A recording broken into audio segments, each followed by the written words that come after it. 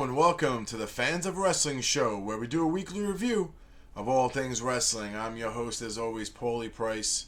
You can follow me on my social medias above. Instagram is the same as YouTube, Fans of Wrestling show. But before we break down this show that I'm going to talk about, AEW, I want to give a quick shout out to the boys. If you have any issues in New York or New Jersey with pest control, call these guys here at Catchy Pest Control, 718-395-7500. 718-395-7500. You see something sketchy, call these guys at Catchy. They'll take care of it. We're going to move on to AEW. Really good show. Let's talk about it. The first match of the night we saw was for the AEW tag titles. Omega and Hangman had to put it on the line against the former and first ever AEW tag champions, and that's SCU. This was a really great match. It went on. It had such a great vibe. The crowd was in it. The flips and the moves. Omega. I mean, I can't. If you didn't see this match, I advise you go watch it. It was very entertaining. I think that this new tag vibe with Hangman Adam Page and Omega is something else. Especially now that you can see that there's a disconnect with Hangman Adam Page. You know that he's been drinking a lot. The Young Bucks called him out on it. And now, Omega's just kind of like, going with the times. He's just like, he's just trying to avoid it so that he can stay and remain. He's got a fight coming up with Pac in 2 weeks, too, as well. So that's going to be interesting. But we see in this match that the title holders retain to continue to hold their titles. And that's Omega and Hangman Adam Page get the win against SCU. We see Hangman Adam Page book out of there basically on his own, and we see a little more with the Dark Order again. So I'm kind of intrigued to see what's going to happen with the Dark Order. It would be really cool, this is on a side note, if Matt Hardy did leave WWE and came over. How cool would it be if Matt Hardy joined the Dark Order? And that'd be cool, but I digress. For me, this was a great match. Great way to start the show. I'm going to give it a 5 out of 5. I thought it was an entertaining match, and I really loved it. So, now we're going to go over to the next match, and that was Dustin Rhodes versus Sammy Guevara. Another great match. It wasn't a long match, but it was definitely a match that had a lot of history, because we've seen that the Inner Circle has been taunting with the Rhodes for quite some time. We saw Jake Hager actually broke Dustin's arm a few months back, and now he's back in action, and he can get some retribution against a guy like Sammy Guevara, the youngest member of the Inner Circle. And he did just that. He did the Canadian Destroyer, was able to close the win and beat Sammy Guevara. In fact, he even called out Jake Hager after the match, who was standing there, and said, "Hey, are we going to fight, or are you just going to get paid and do nothing? Because you're Jericho's bitch." And I really liked that whole segment. It pissed off Jake, and now we're going to get that at Resolution. Now we're going to get this at Revolution. So I can't wait for this match, and take my money. This is going to be an awesome pay-per-view. For me, I'm going to give this match a 4 out of 5. I thought it was super entertaining. I like Sammy Guevara. I love Dustin Rhodes. Guy's a great veteran. And they told a great story, especially with everything that's going on with the Inner Circle. I'm going to go over real quick. We saw a promo from Dr. Britt Baker, where she basically came out, insulted Tony Schiavone again, and the crowd as well, like always. And listen, this promo was really good. She did a great job. She came out. She's still getting that heat. She's doing an excellent job. The first couple times I heard her on the mic, I wasn't thrilled, but listen, if you don't know, her boyfriend is the Adam Cole, Bay. And if there's anybody good on the mic, it's that man right there. So you could definitely see that he worked with her, and I'm sure that there's other people that work with her as far as like Jericho and Cody. I mean, listen, especially another guy like MJF. He's another great guy on the mic. She's getting better. She's more believable, and I'm really liking to see that when she gets to a certain level, she's going to be able to put someone else she's going to be able to put someone over so well that it's just going to set a great moment for them. So I really can't wait for that.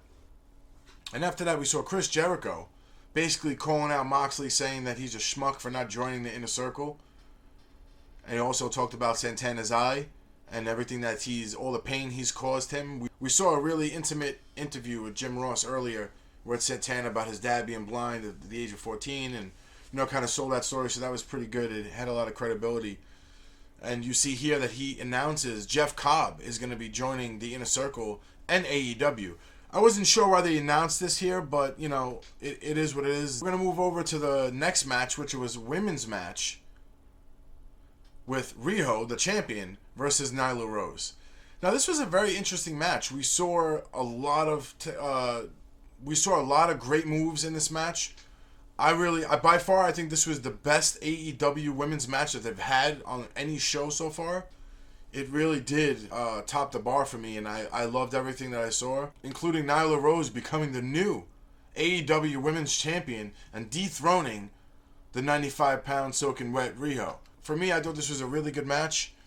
It was probably by far the best match, like I said, and I'm going to give it a 5 out of 5. I thought it was a great show for that title, and I thought it was a great opportunity for them to switch hands to another. So, great job for them. We're going to move over to the MJF segment with Jungle Boy. Another great match. This was a great storyteller. If you didn't see the beginning of the match because it went to commercial, we saw MJF come out and throw the Dave LaGreca busted head, fat head on the floor and threw a chair on it. So that was pretty cool. If you don't listen to Busted Open, you should. Great show with Bully Ray, Dave LaGreca, Mark Henry, Tommy Dreamer, Ryan McKinnell. It's a great show, and you know, if you didn't get what that was about, well, that's what it was about.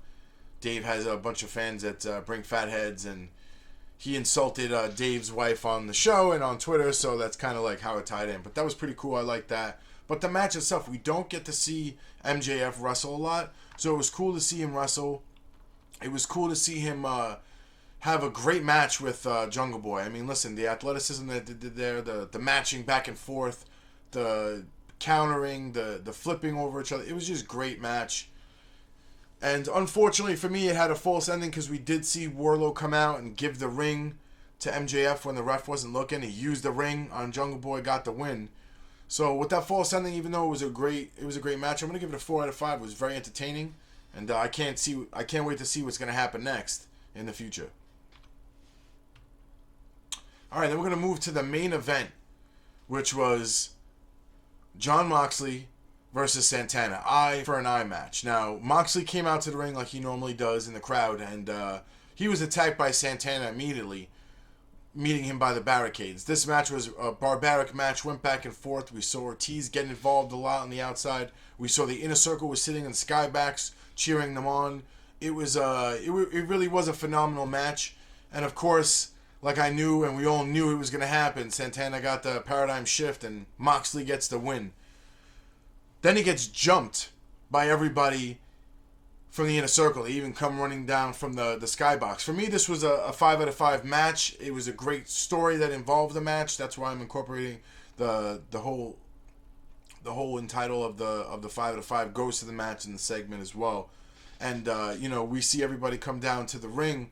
Jon Moxley, the Tour of the Islands, which was a pretty awesome move. I mean, I've seen Jeff Cobb wrestle here or there, but I really liked that move. I thought it was great.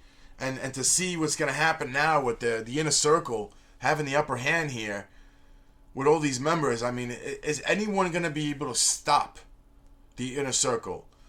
And, you know, that's what I really want to know. But I guess we're going to find out next week or in the future. So, you know what? Let's finish this segment here. And now we're going to move on to where I'm going to rate the whole show. The ref rating, the match card rating, the production value, and of course, the overall show rating. So for me, referee rating, 5 out of 5. Everybody did a great job. Turner, Edwards, Knox, Bruce, everybody, great job. 5 out of 5. For the match card rating, I'm going to give it a 5 out of 5. I liked everything. I liked the segments. We also saw Darby Allin do a little promo where he kind of made fun and mocked Sammy Guevara, where he did that. Basically told him that he's going to get him back for hitting him in the throat with a skateboard, and did the little vignette where he basically wrote on a piece of paper and showed it, which made sense because he actually probably couldn't talk. Did a few like coughing and breathing, so I thought that was really cool. Great job on all that. Production value, 5 out of 5. The commentary was great. Again, the segments, how they incorporated the backstage when they let you saw Moxley come in. I just overall, the production is always great on AEW, 5 out of 5. And for the overall show value, you guessed it, 5 out of 5. It was a phenomenal show. Definitely better than last week for me, for AEW. And I can't wait for next week, and I can't wait to find out what's going to happen with the storylines that we're getting at the next pay-per-view, Revolution. So, if you have any comments or any issues, put it below. Or if you have anything you want to say, I don't really care, because at the end of the day, what do I know? I'm just a fan.